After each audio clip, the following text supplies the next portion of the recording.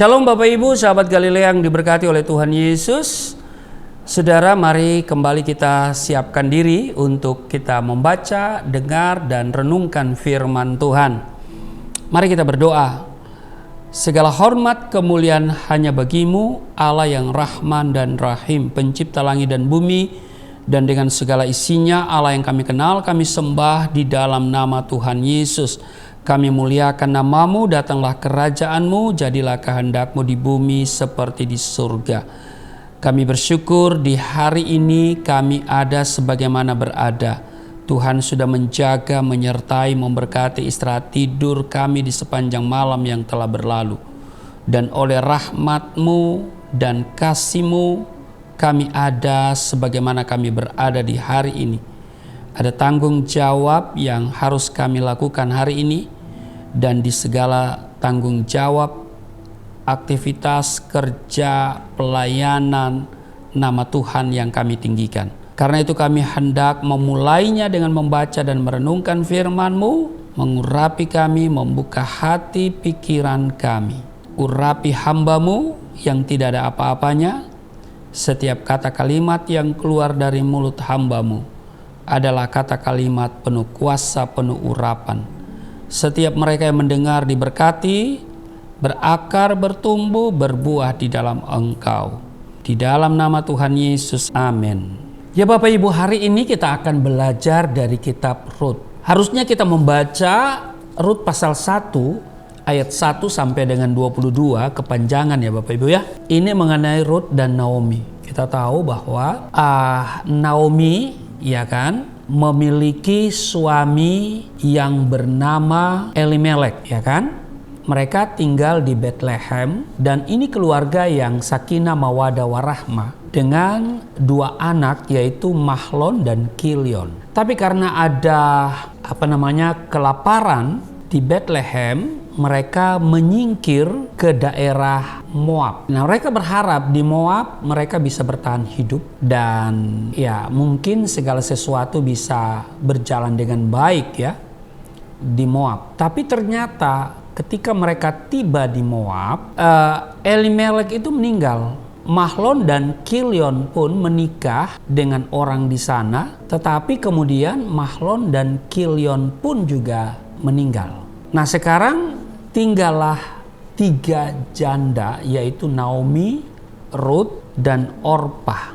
Di ayat 4 dikatakan begini, keduanya yaitu anak, yaitu Mahlon dan Kilion ya, mengambil perempuan Moab yang bernama Orpah, yang kedua bernama Rut, dan mereka diam di situ kira-kira 10 tahun lamanya. Lalu matilah juga keduanya, yakni Mahlon dan Kilion, sehingga perempuan itu kehilangan kedua anaknya dan suaminya. Kemudian ayat 6, berkemaslah ia dengan kedua menantunya dan ia pulang dari daerah Moab. Jadi karena Naomi mendengar bahwa Tuhan sudah memulihkan Bethlehem, dan karena itu dia berhasrat pulang ke Bethlehem. Di ayat 6, kemudian berkemaslah ia dengan kedua menantunya dan ia pulang dari daerah Moab. Sebab di daerah Moab ia mendengar bahwa Tuhan telah memperhatikan umatnya dan memberikan makanan kepada mereka. Maka berangkatlah ia dari tempat tinggalnya itu bersama-sama dengan kedua menantunya. Ketika mereka sedang di jalan untuk pulang ke tanah Yehuda, berkatalah Naomi kepada kedua menantunya itu, pergilah, pulanglah masing-masing ke rumah ibunya. Tuhan kiranya menunjukkan kasih-Nya kepadamu seperti yang kamu tunjukkan kepada orang-orang yang telah mati itu dan kepadaku. Nah, jadi Naomi menyuruh kedua menantunya itu untuk pulang ke daerah dan ke orang tua mereka ya, karena Naomi akan pulang ke negerinya ya, yaitu Yehuda. Tetapi kita baca di ayat 16, Rut berkata begini, janganlah desak aku meninggalkan engkau dan pulang dengan tidak mengikuti engkau, sebab kemana engkau pergi, ke situ jugalah aku pergi, dan di mana engkau bermalam, di situ jugalah aku bermalam. Bangsamulah bangsaku dan Allahmulah Allahku. Ini ucapan dari seorang Rut. Orpah memutuskan diri untuk pulang ke daerahnya, ke orang tuanya, ke daerah Moab. Tetapi Rut memutuskan untuk mengikuti mertuanya. Nah, seringkali mertua perempuan tidak cocok dengan menantu perempuannya. Begitu juga sebaliknya. Namun firman Tuhan yang kita baca hari ini memberikan suatu contoh yang baik tentang seorang menantu, yaitu Rut, yang begitu setia mengasihi mertuanya, yaitu Naomi, dengan segenap hati padahal suaminya sudah meninggal. Nah, bukankah ini jarang terjadi, Bapak Ibu? Tidak mudah mendapatkan kesetiaan dalam diri seseorang. Hal yang juga dikeluhkan oleh Salomo kalau kita baca di dalam Amsal 20 ayatnya yang ke-6, banyak orang menyebut diri baik hati, tetapi orang yang setia siapakah menemukannya? Nah, Tuhan sedang mencari Rut-Rut akhir zaman.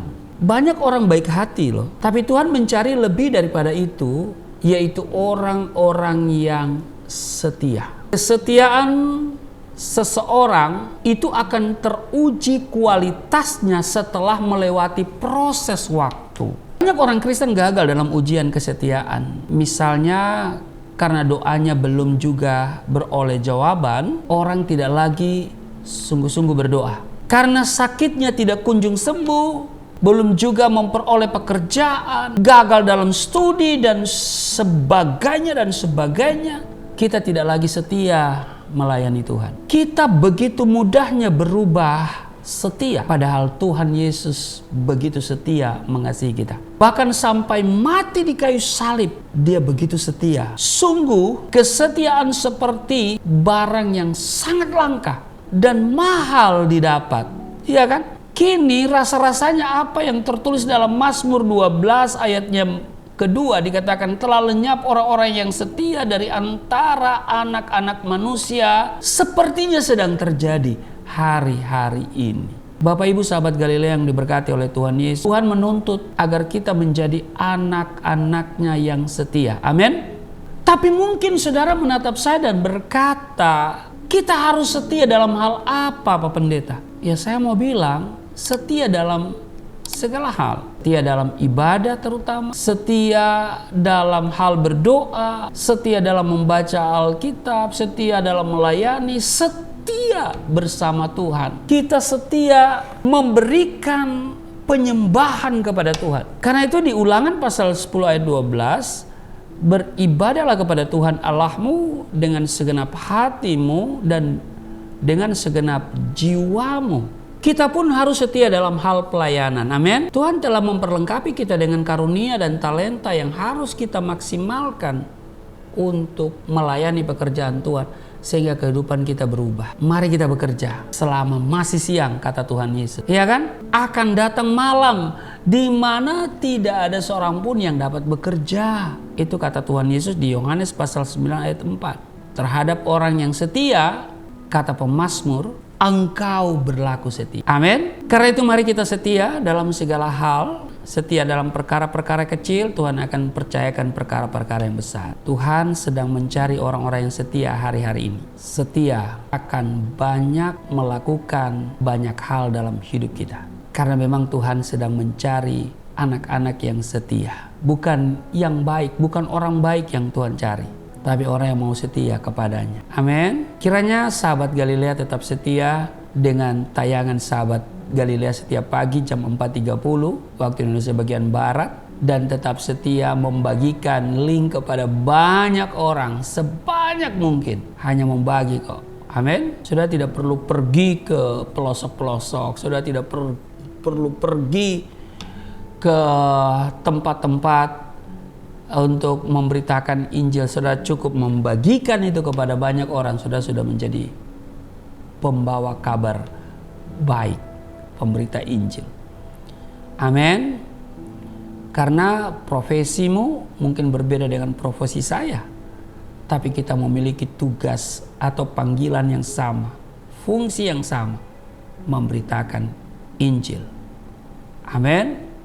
Kalau saya harus pergi ya ke berbagai tempat untuk memberitakan Injil Kristus, karena itu memang sudah menjadi komitmen saya. Sama dengan Rasul Paulus katakan, celakalah aku jika aku tidak memberitakan Injil. Saudara punya pekerjaan sebagai seorang profesional, bukan berarti saudara tidak memiliki tanggung jawab dalam hal memberitakan Injil. Saudara memberitakan Injil dengan profesi saudara, di mana orang mendengarkan kabar baik.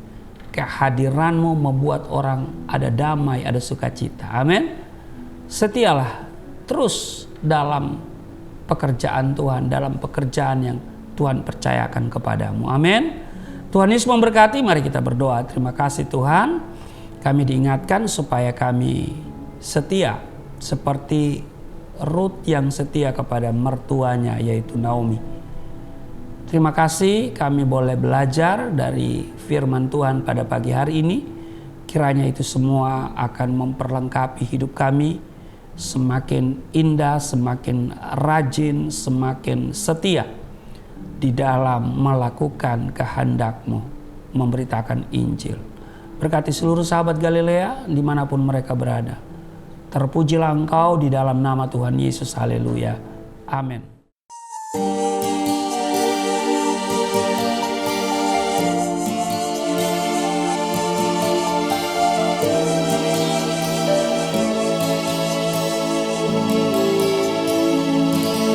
Bapa kami yang di surga, dimuliakanlah nama-Mu.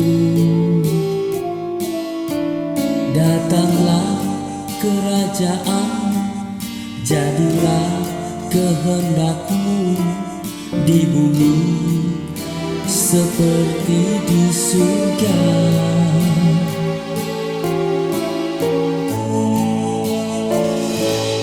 Berikanlah kepada